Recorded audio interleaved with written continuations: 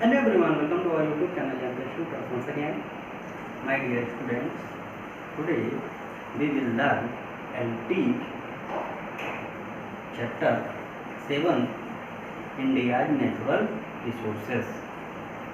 बात समझ आ रही है? India's Natural Resources.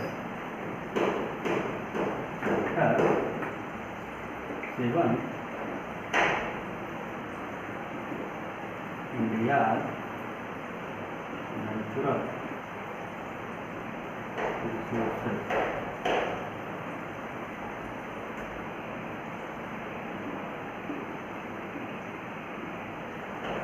Okay. India natural resource मतलब प्राकृतिक संसाधन।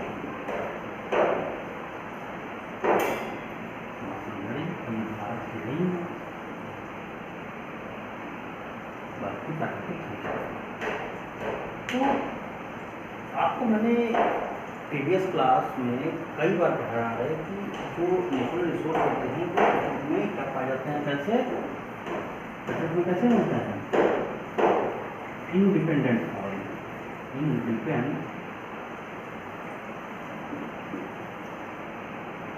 फॉर्म में मिलते हैं। प्रकृति में जो है इंडिपेंडेंट फॉर्म में मिलते हैं। और संसाधन आपको क्या कह सकते हैं, जिनसे क्या मिलता है, एनर्जी, है ना, जिससे हम क्या मिलते हैं, एनर्जी मिलती है। तो ऐसे संसाधन जो नेचर में द्वारा प्रकृति में मिलता है, किसके द्वारा, प्रकृति द्वारा, किस फॉर्म में, इंडिपेंडेंट फॉर्म या फिर डिपेंडेंट फॉर्म।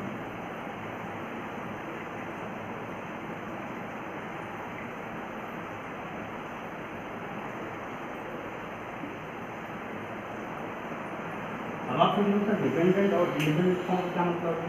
देखिए, इंडिया के नेचुरल रिसोर्स होते हैं कि डिपेंडेंट फॉर्म में भी मिलते हैं और इंडिपेंडेंट फॉर्म में भी, यानी स्वतंत्र रूप से मिलते हैं और किसी की अधीन, यानी उनके हो सकता है मालिक जो है उनके जो ओर होते हैं, अयस्क होते हैं, उस फॉर्म में भी मिल सकते हैं।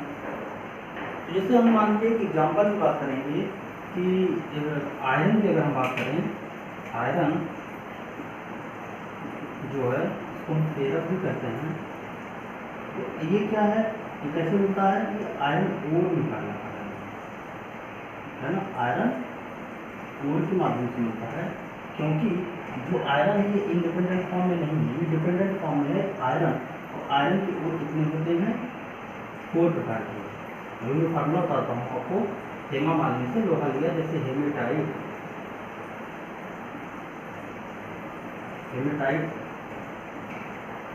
लिमोनाइट,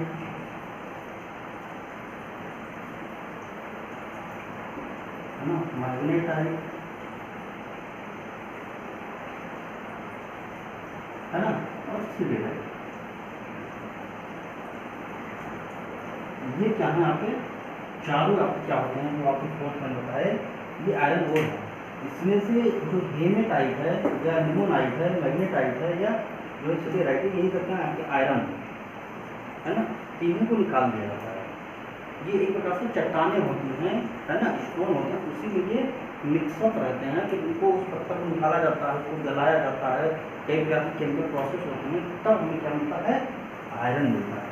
तो ऐसे बहुत सारे संसाधन हैं, नेचुरल रिसोर्स हैं, जो इंडिपेंडेंट फॉर्म में भी मिलते हैं, डिपेंडेंट। जैसे इंडिपेंडेंट फॉर्म, जैसे हम बात कर लेते हैं चूना पत्थर की बात कर लें, है ना, जिप्सम की बात कर लें, है ना, और आप साल्ट ले सकते हैं, ये भी एक संसाधन ही है, नेचुरल रिसोर्स है ये साल्ट, है ना, ये भी आप देख सकते हैं। पेट्रोलियम गैस देख सकते हैं आप, है ना, ये भी आपके नेचुरल रिसोर्स हैं। तो ऐसे बहुत सारे, कोयला हो गया, सोना, चांदी, मतलब जितने भी फॉर्म है इस समय एलिमेंट्स, ये आपके नेचुरल भी हो सकते हैं, यानी इंडिपेंडेंट भी हो सकते हैं और नॉन डिपेंडेंट भी हो सकते हैं। ठीक है, तो चलिए आगे बढ़ते हैं। यानी इस प्रकार के होते हैं, इंडिपेंडेंट भी हो सकते हैं और डिपेंडेंट भी हो सकते हैं, यानी डिपेंड भी हैं और बिना डिपेंड भी हो सकते हैं। तो हम आगे बढ़ते हैं, चैप्टर के आगे बढ़ाते हैं बेटा। अब जैसे हम नेचुरल रिसोर्स जानते हैं, एक तो इस प्रकार का हो सकता है,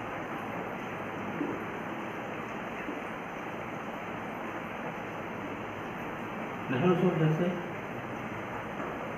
वाटर, सनलाइट, सॉइल, है ना, सॉइल हो गया और वाटर हो गया, सनलाइट हो गया, सॉइल हो गया, एयर, ये सब क्या नेचुरल रिसोर्स ही तो है। लैंड, प्लांट, एनिमल्स, ये सब क्या होते हैं, सारे आपके नेचुरल रिसोर्स हैं। ठीक है, कुछ भी ऐसा नहीं है जो नेचर द्वारा इसको दिया ना गया हो। लैंड भी आपका नेचर द्वारा आता है, प्लांट भी, animal, air, soil, sunlight, water, सब कुछ तो नेचर द्वारा दिया गया है। बात समझ आ रही है। अब हम आपको ये बताना चाहेंगे जैसे जो नेचर द्वारा चीज़ें दी गई हैं, जैसे मान लीजिए कोई प्लांट, प्लांट है, ये नेचर द्वारा है ना। प्लांट में लिखा क्या है, फूड, है ना, ऑक्सीजन, फूड, फ्लावर, इन बहुत सारी चीज़ें मिलती हैं आपको, है ना। फूड का उपयोग क्या होता है, होम बनाने में, है ना। ऑक्सीजन ब्रीथ में आता है। फ्रूट फूड में आता है। फ्लावर भी आपका डेकोरेशन में, देख रहे हैं आप, है ना। और फ्रूट में भी बहुत सारे ऐसे होते हैं जो क्या होते हैं, मेडिसिन में आते हैं। फ्लावर में भी बहुत सारे मेडिसिन में आते हैं। तो बहुत सारी चीज़ें हैं जिनका उपयोग हम कर सकते हैं। ऐसे लैंड का होगा, वाटर का उपयोग है, एनिमल आप जान रहे हो, है ना। ये हम एनिमल का उपयोग जैसे क्या नाम है, ट्रांसपोर्ट में भी करते हैं हम। इनका उपयोग बैटल फील्ड में भी करते हैं। इनका उपयोग, एनिमल्स का उपयोग हम जो है कैटल फीड के रूप में, यानी इनको कैटल के रूप में पालतू पशु बना के रखते हैं, है ना, हाउस पेट बना के रखते हैं। तो इस प्रकार भी हमारे बहुत सारे यूज में आते हैं एनिमल। ये नेचुरल रिसोर्स हो गए। अब हम क्लासिफिकेशन देख रहे हैं, नेचुरल रिसोर्स के क्लासिफिकेशन। देखिए हम रिसोर्स की बात कर रहे हैं। रिसोर्स बेटा देखा जाए तो दो प्रकार के होते हैं। कौन से, एक होता है रिन्यूएबल एंड दूसरा नॉन रिन्यूएबल। तो हम देखते हैं रिन्यूएबल।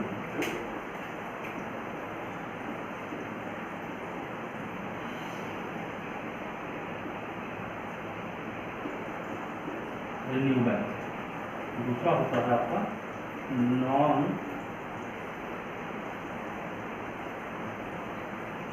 रिन्यूएबल। समझ आ रही है, रिन्यूएबल एंड नॉन रिन्यूएबल। अब रिन्यूएबल में कौन कौन से आते हैं, अगर हम बात करें तो रिन्यूएबल में कौन कौन से आएंगे, जैसे वाटर, है ना, एयर, सनलाइट, समझ आ रही है, water, air, sunlight, soil, animal, plant, बहुत सारे हैं आप देख सकते हैं। नॉन रिन्यूएबल में आपका क्या है, जो कभी रिन्यूएबल ना हो, यानी नॉन रिन्यूएबल समझ रहे हो ना। नॉन रिन्यूएबल और रिन्यूएबल मतलब समझते हो ना, ऐसे जो पुनः प्राप्त हो जाए, रिन्यू, दोबारा बन जाए, एक बार समाप्त हो फिर दोबारा मिल जाए। और नॉन रिन्यू जो दोबारा पैदा न किया जाए, एक बार समाप्त हो जाए तो दोबारा इसको प्राप्त करना काफ़ी डिफिकल्ट है, तो कहते हैं नॉन रिन्यूएबल। जैसे ठीक है, नॉन रिन्यूएबल में बेटा दो प्रकार होते हैं, एक मिनरल, है ना, एक परसेंटेज।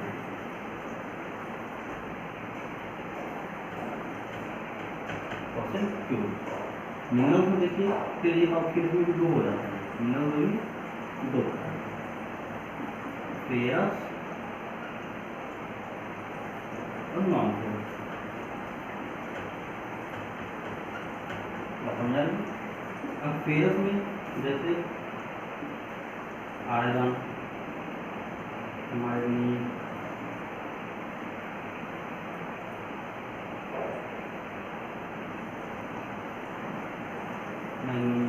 है ना। नॉन फेरस में जैसे गोल्ड, सिल्वर, है ना। उसके बाद आपका मान लीजिए साल्ट, है ना, ये और मान लीजिए आप क्या नाम है, कॉपर, है ना, ये सब आपका है, मैग्नीज, आयरन, ये सब क्या है आपके फेरस और नॉन फेरस। अब हम अगर फॉसिल फ्यूल की बात करें तो फॉसिल फ्यूल में देखिए कोल, पेट्रोलियम, कोल हो गया, पेट्रोलियम हो गया, और नेचुरल गैस, है ना, ये सारे हैं आपके रिन्यूएबल, नॉन रिन्यूएबल, ये सारे आपके हैं नॉन रिन्यूएबल में। नॉन रिन्यूएबल दो प्रकार होते हैं, mineral and fossil fuel. Mineral की बात करें तो लोड करके फेरस और नॉन फेरस। फेरस यानी इसमें आयरन पाया जाए, इसमें लोहे की मात्रा मिलती है, इसमें थोड़ा सा लोहा पाया जाए, इसको कहते हैं फेरस। जिसमें लोहा ना पाया जाए इसको कहते हैं नॉन फेरस, ठीक है।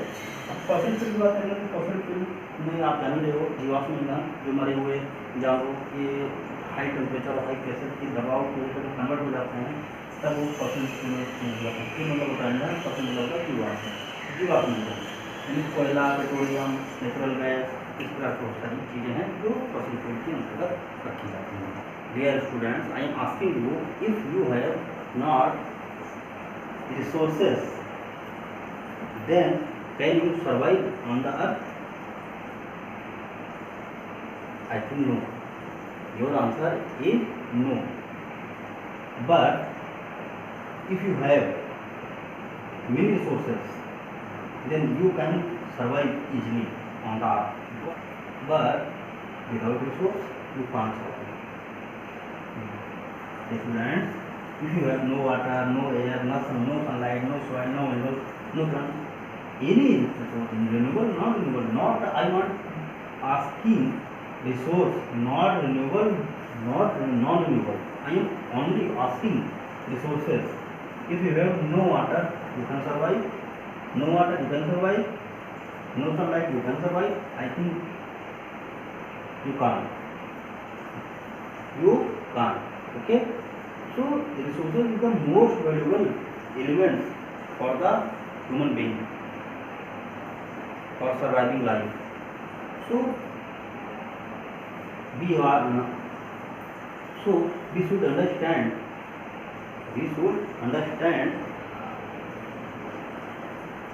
value of resource.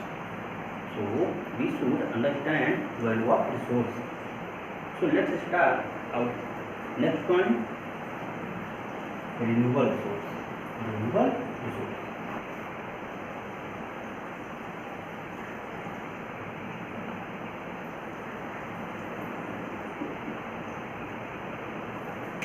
आपको पता है रिन्यूएबल रिसोर्स क्या होते हैं? आपको पता है कि रिन्यूएबल रिसोर्स क्या होते हैं? जिनको पुनः प्राप्त किया जा सके, यानी ऐसे रिसोर्स जो एक बार यूज हो जाएं उसके बाद उनको पुनः प्राप्त किया जा सके, अगेन उनको, यानी अगेन एंड अगेन उनको बार बार प्राप्त किया जाए, बार बार यूज किया जाए। जैसे ऑक्सीजन आप ले लेते हैं, क्या खत्म हो जाती है, फिर हम ऑक्सीजन ले लेते हैं, वाटर खत्म होता है, फिर हम वाटर का यूज कर लेते हैं। यानी कहीं कहीं हमें रिसाइकल की तरीके से, यानी 3R में आपको बताया था ना, आपको 3R मैं आपको बताऊंगी इसी चैप्टर के अंदर कि रीयूज, रिसाइकिल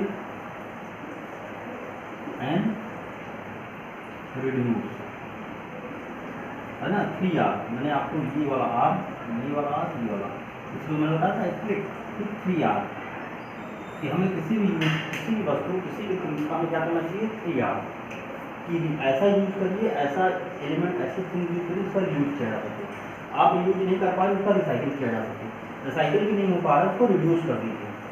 बात समझ आ रही है? जैसे हम लोग घर में बहुत सारी चीज़ें ऐसी होती हैं जिनको हम रीयूज, रिसाइकिल और रिड्यूस बहुत सारी चीज़ें हम करते हैं, ठीक है। चलिए हम इसके बारे में डिस्कस करेंगे जब हम आपको टॉपिक पढ़ाएंगे रीयूज, रिड्यूस एंड रिसाइकिल। अभी हम बात करते हैं रिन्यूएबल रिसोर्स। बेटा ये जो होते हैं, ये क्या होते हैं रिसोर्सेज, ये अनलिमिटेड फ्री होते हैं। दो चीज़ें हैं ना, रिन्यूएबल है, अनलिमिटेड है और फ्री हैं। और ये जो हैं नेचर में लिमिट है, ठीक है।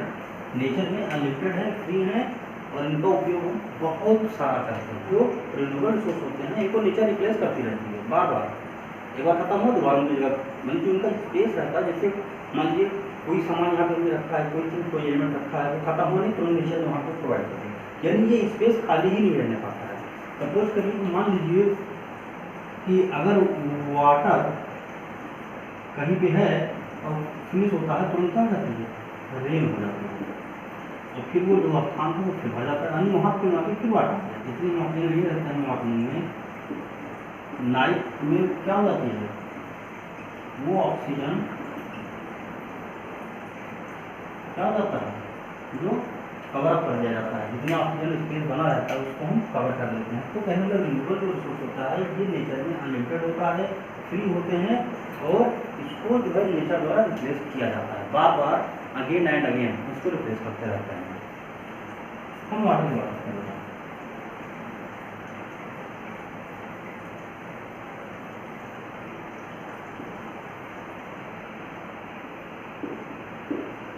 वाटर का जो मॉलिक्यूल है वो क्या होता है, ये H2O, तो क्या है आपका फार्मूला, यानी ये H2O क्या होता है, ये आपका फार्मूला है। ये भी क्या है, आपको पता है कि अर्थ पर अगर 100% वाटर की बात करते हैं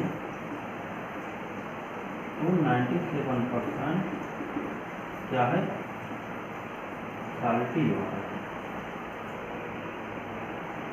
ठीक है। अब 3% में क्या है आपका फ्रेश वाटर, आपको बार बार मैंने बताया है, हर बार जानते हैं आप। अगर इसमें भी हम बात करें तो लेस देन 1% अगर बात कर लिया जाए, यानी 1% भी नहीं है, लगभग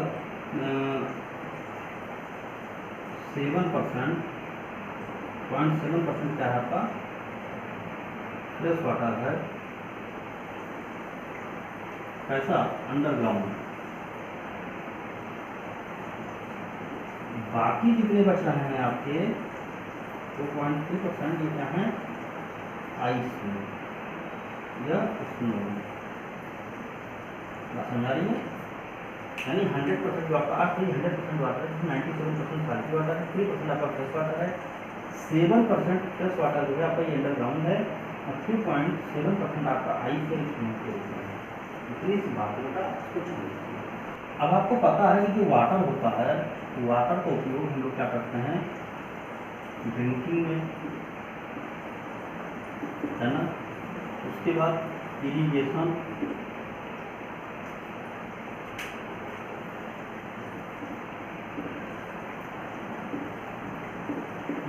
में, फैक्ट्री में, है ना, बहुत सारी जगहों पर इसका उपयोग किया जाता है, बहुत सारी जगहों पर इसका उपयोग वाटर का, ड्रिंकिंग, इरिगेशन, फैक्ट्री, हर जगह पर उपयोग करते हैं। अब वाटर मिलता कहाँ से बेटा, वाटर मिलने की आपको पता है वाटर साइकिल होता है ना। देखिए वाटर साइकिल मान लीजिए हम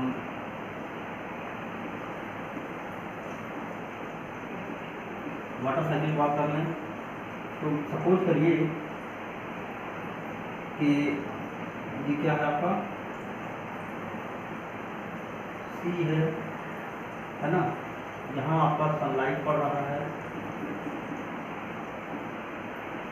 सन है, सनरेज है, सनरेज है, यहाँ से क्या होता है, जो वाटर है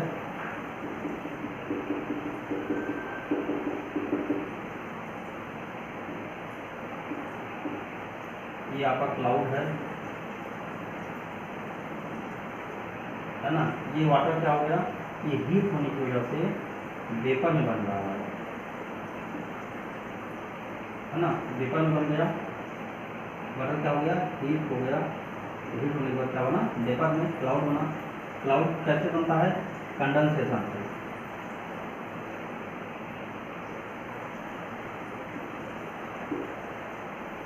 कंडेंसेशन से बन रहा है। अब होता क्या है बेटा, जो क्लाउड होगा, कंडेंसेशन होगा, इधर आ जाता है ना, फिर क्या होगा, रेन,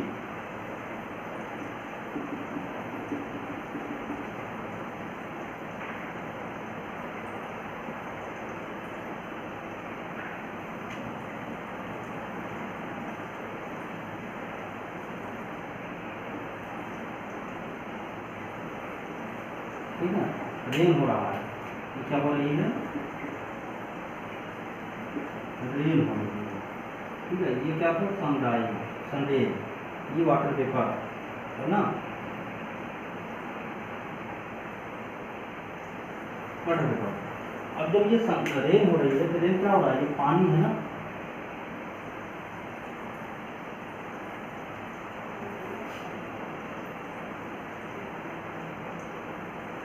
ये जो पानी है वो बहता हुआ कहाँ आएगा,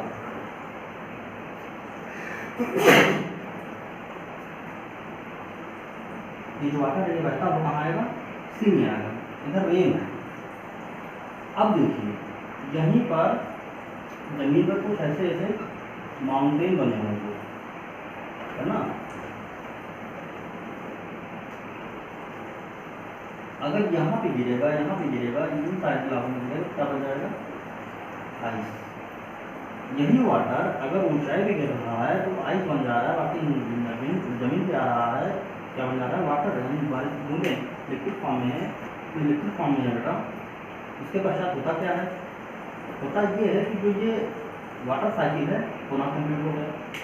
फिर यही चीज़ें होती है, यानी कहने वाले जो समुद्र में जो पानी है इस पर सनलाइट पड़ेगी, पानी क्या होगा, हीट होगा, फिर वाटर वेपर में कन्वर्ट होगा, आकाश में जाता है, यानी हाइट पे जाता है, वहाँ पे क्लाउड बन जाता है, कैसे, कंडेंसेशन की वजह से। फिर धीरे धीरे जो क्लाउड मतलब जो बादल बने हैं तो क्या होंगे, रेन होगी। अगर वो किसी माउंटेन की पीक्स वगैरह पर गिर जाती है, जो हाई एल्टीट्यूड के ऊपर है, अगर वहाँ पर गिर जाती है तो बन जाता है आइस में। बट अगर वो लोअर एल्टीट्यूड में गिर रहा है, लैंड लेवल में गिर रहा है, तो वो कन्वर्ट नहीं होती है आइस में, सीधी कितनी गिरती है, बारिश की बूंदों के ऊपर जमीन पर गिरती है। अब फिर वो नदियों तालाबों के सहारे बहते कहाँ पहुँच जाता है, ओशियन या सी में। फिर पुनः वही प्रोसेस चलता है, सन की जो रेज है वो समुद्र के पानी को हिट करती हैं, फिर वाटर वेपर बनता है, कंडेंसेशन होता है, क्लाउड बनती है, फिर रेन होती है। यानी ये जो साइकिल है ये कंटिन्यू चलता रहता है। इस प्रकार हमें रेन के माध्यम से हमें वाटर मिलता रहता है, जो भी वाटर की बात है। अब आपको पता है कि वाटर का उपयोग मैंने आपको भी बताया कि इरिगेशन में करते हैं हम लोग, फूड को उगाने में, क्रॉप्स को उगाने में पानी की जरूरत पड़ती है, इंसानों को यानी जरूरत पड़ती है पीने के लिए, एनिमल को जरूरत पड़ती है पीने के लिए, है ना। तो इस प्रकार हम बहुत सारे यूज करते हैं। तो हम यूज ऑफ वाटर,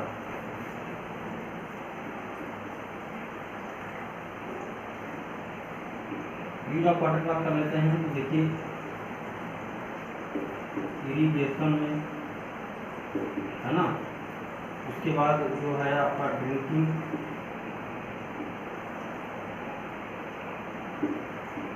में, फैक्ट्री पे, है ना, कैनाल बना लेते हैं बेटा, है ना, इरिगेशन के लिए हम क्या बनाएंगे, कैनाल बना लेते हैं। ड्रिंकिंग के लिए आप जान ही रहे हो, स्टोर कर लेते हैं वाटर को, या डैम बना लेते हैं, है ना। फैक्ट्री में भी यूज किया जाता है। अब अगर डैम बना रहे हैं हम तो इससे क्या होता है कि एक तो इलेक्ट्रिसिटी भी बनाते हैं हम, इलेक्ट्रिसिटी भी बनाते हैं, है ना, इससे भी बहुत सारे फायदे होते हैं। तो हम लोग कहीं न कहीं पानी का उपयोग करते हैं, बहुत सारी यूज में करते हैं। अब आपको पता है कि वाटर के लिए हम रिवर में, आपको पता है कि इंडिया में बहुत सारी रिवर हैं,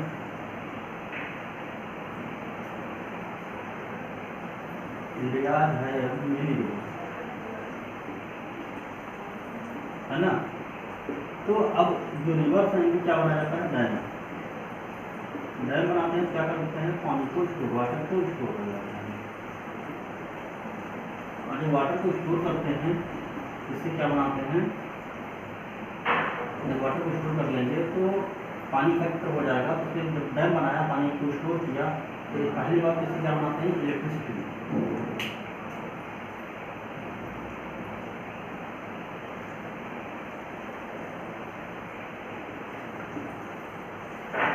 इलेक्ट्रिसिटी बनाते हैं। अभी जब इलेक्ट्रिसिटी बन जाएगी तो पहली बार तो बिजली की सप्लाई कर देंगे हम वायर के द्वारा, है ना, बाई वायर सप्लाई हो गई, इलेक्ट्रिसिटी सप्लाई बाई वायर, समझ आ रही। अब इलेक्ट्रिसिटी के बाद जो वाटर बचता है बनाने के बाद क्या बनाते हैं, इसको कैनाल बना लेते हैं। और कैनाल से क्या निकाल देते हैं हम, इरिगेशन के लिए। और इसी कैनाल से हम क्या कर लेते हैं, ड्रिंकिंग वाटर के लिए।